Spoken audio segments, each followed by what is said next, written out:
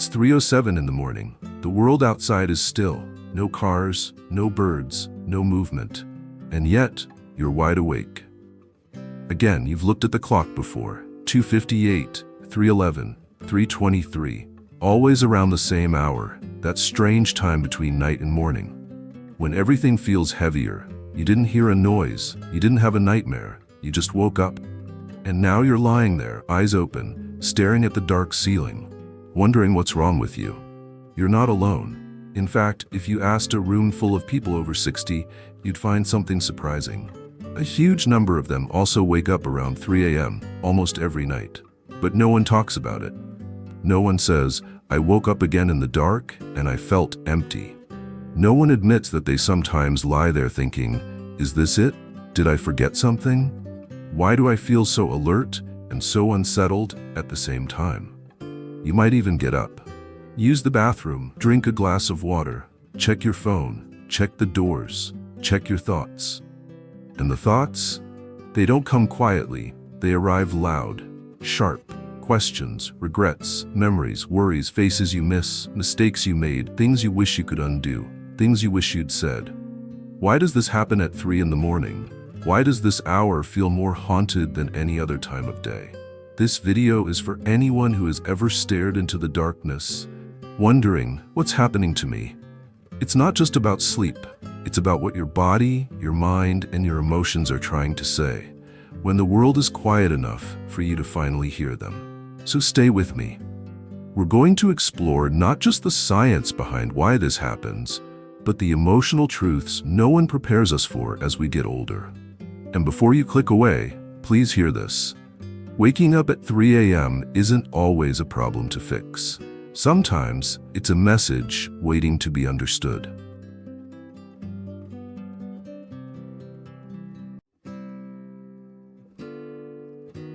There's nothing random about 3 a.m. Your body isn't betraying you, it's following a pattern, one deeply rooted in human biology, aging, and the way time changes us. Let's start with the basics. Your body runs on an internal clock called the circadian rhythm. It controls your sleep-wake cycle, hormone levels, body temperature, and even your mood. When you were younger, this rhythm was strong, steady, and consistent.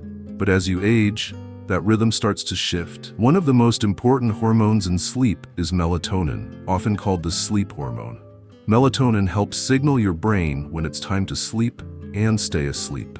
But here's the problem. Melatonin production decreases as we get older.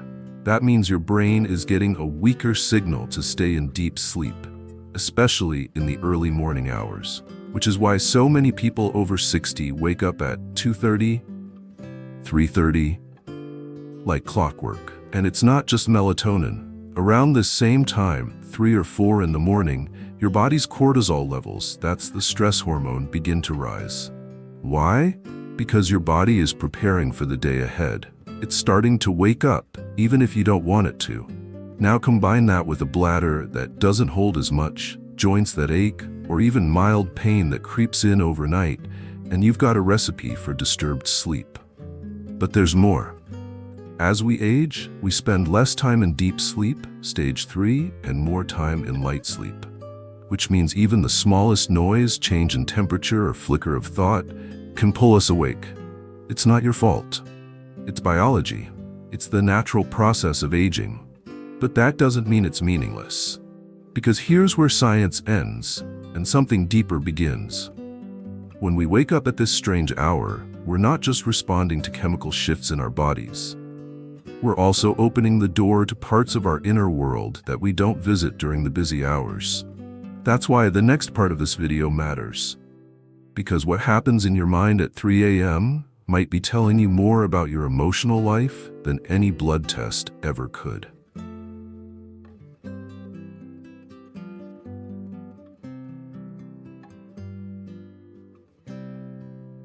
At 3 a.m., something happens that science alone can't fully explain.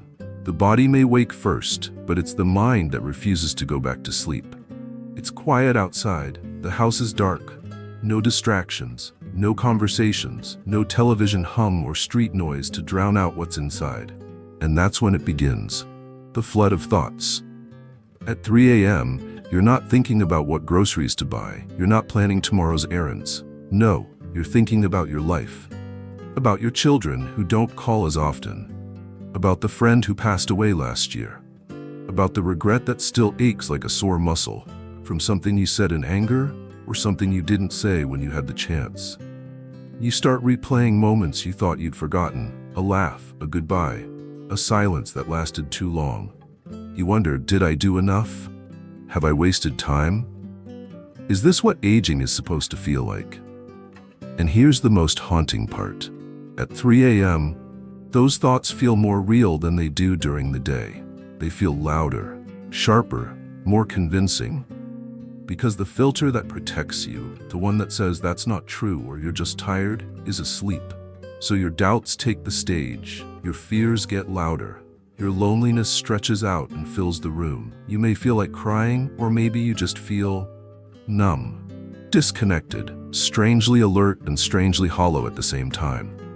This is the emotional side of the 3 a.m. hour that no sleep expert can fix with a pill. Because it's not just about poor sleep hygiene or too much caffeine. It's about the soul asking to be seen. Waking up at 3 a.m. may be your mind's way of whispering, you haven't dealt with this yet. You've been too busy to feel this pain. You still need to forgive yourself. And if that feels heavy, that's okay. It means you're alive. It means something in you is still reaching for healing. Here's where many viewers stop watching. It's uncomfortable. It touches something too personal. But if you're still here, stay. Because what comes next could help you change these moments from restless to restful. Not by fighting the wake-up, but by understanding what to do with it.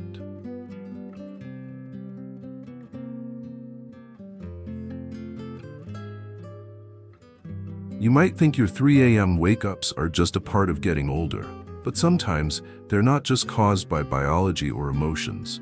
They're quietly invited by habits so subtle you barely notice them. Let's look at a few. 1. That innocent cup of tea at 5 p.m.?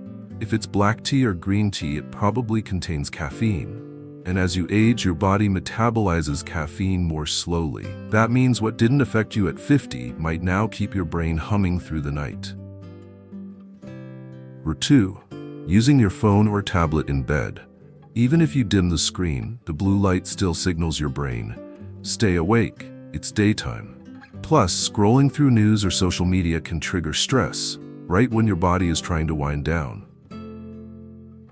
3. Watching the evening news or dramatic TV before bed.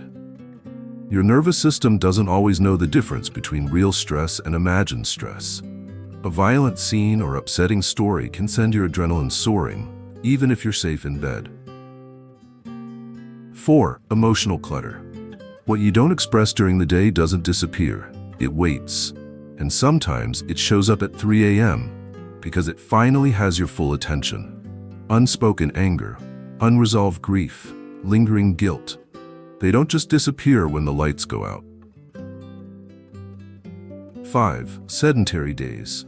If your body doesn't move enough during the day, it doesn't feel the need to rest deeply at night. Walking for even 15 minutes, doing light stretches, or simple household tasks can help restore your body's natural fatigue rhythm. 6. Too much silence, too early. Some people dim the lights and go completely quiet hours before bed. While that might sound peaceful, it can actually cue your brain into thinking it's already slept. Instead, try a gentle wind-down routine that transitions slowly from day to night. And here's one most people don't suspect. 7. Loneliness. Yes, loneliness can disturb sleep, not just because of sadness, but because a lack of human connection creates biological stress in the body. It raises cortisol, it increases inflammation, and it whispers to your nervous system, you are not safe. Even a short conversation with someone during the day, a phone call, a shared laugh, a warm interaction, can anchor you emotionally and help you rest more deeply. Now, none of these habits are meant to make you feel guilty. They're simply doors, and you get to choose which ones to close and which ones to open differently. But there's something just as important as what you do during the day. It's what you do in that fragile moment when you actually wake up at 3 a.m.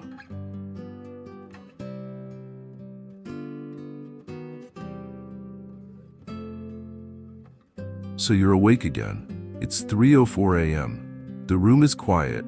Your heart is beating just a little faster. Your thoughts start to spin. And in this vulnerable moment, what you choose to do or not do can shape how the rest of your night unfolds. Let's start with what not to do. 1. Don't reach for your phone. It's tempting. You want distraction, connection, maybe even comfort. But that little glowing screen will do more harm than good. The light tells your brain, wake up. The content, whether it's news, social media, or emails, adds noise to your already full mind.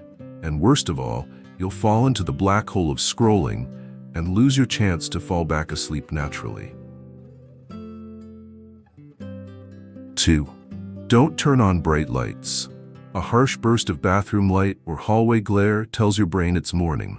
Your melatonin production will shut down, and it becomes biologically harder to return to sleep.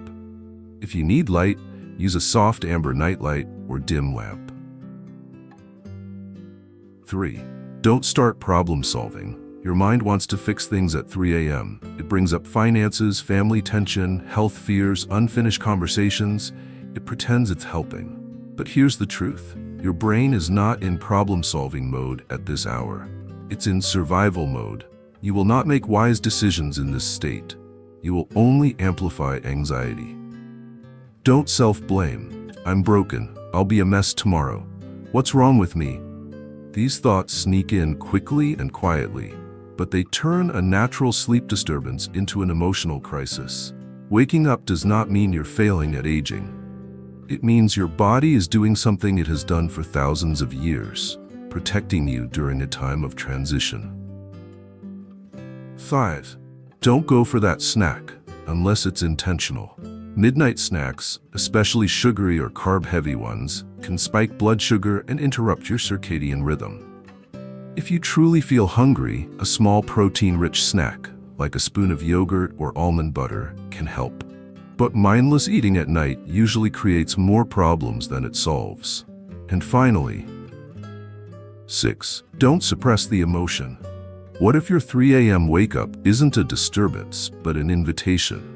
What if your heart is asking to be heard, and instead of turning away, you turn toward it? Avoiding your feelings at night won't protect you from them during the day. Instead, they'll keep returning.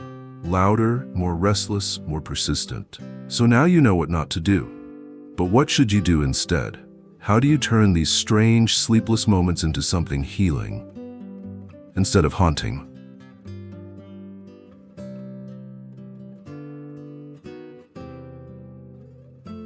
You're awake again. It's quiet, still. But instead of reaching for distractions or falling into fear, what if this moment could become sacred? Here are small, gentle things you can do. Not to fight the wake-up, but to meet it with kindness. 1. Breathe. Just breathe. Place one hand over your chest, feel your heartbeat. Then breathe in slowly for 4 seconds. Hold for 4. Breathe out for 6. Do this 5 times. This simple act tells your nervous system you are safe. 2. Whisper reassurance to yourself. Not motivational quotes, not false optimism, just soft truth. I'm okay. I am not alone. This is just a moment. It will pass. These quiet reminders calm the inner storm. 3. Use anchor thoughts. Instead of letting your mind spiral, gently choose one calming memory. A beach, a scent, a childhood moment. Replay it slowly in your mind. Let it hold you. 4. Journal in the dark. Keep a notebook near your bed. If your mind is racing, write it down. You don't need to make sense, just empty the thoughts. This helps your brain release what it's holding. 5. Listen to soft, natural sounds. Rain, ocean waves, wind in the trees. Soundscapes, not words, help your mind disengage from overthinking. They tell your senses it's night, it's calm, return. 6. Stretch gently in bed. Move your arms slowly above your head, roll your shoulders, circle your ankles. This reconnects you to your body and grounds your awareness in the present. 7. Offer yourself compassion. Say softly, it's okay to be here. This moment is not forever. This is just my body asking for attention. You're not broken, you're just human. And maybe, just maybe, this moment isn't trying to hurt you. It's trying to show you something. If you've made it this far, if you've walked through the science, the emotion, the habits, the pain, then what's left is something tender. A reminder that waking up at 3 a.m. doesn't mean you're lost. It might mean you're still searching for meaning, for peace, for presence. And that's a search worth honoring. You may still wake up at 3 a.m., even after this video, even after the breathing, the journaling, the softness. And that's okay, because this was never about fixing you. It was about understanding you, about holding space for something few people talk about, the silent hours of the night when we meet our oldest fears and sometimes our truest selves.